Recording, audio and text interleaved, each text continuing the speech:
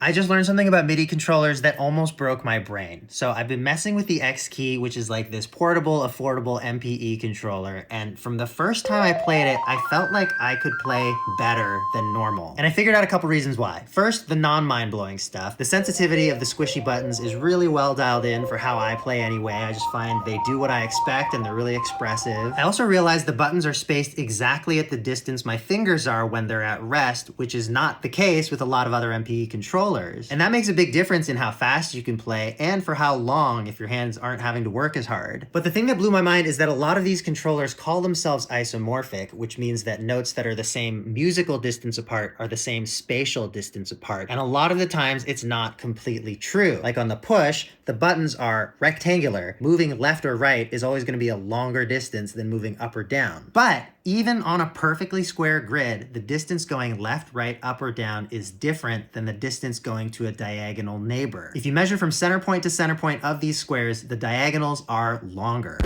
On the hex layout, all neighboring notes are truly evenly spaced, and so that further improves the playing experience because you can go in any direction without adjusting what distances your fingers are expecting. Also, Bees figured out that this is the best single shape honeycomb layout because you enclose the most area per perimeter, meaning you can store the most honey for the least amount of wax.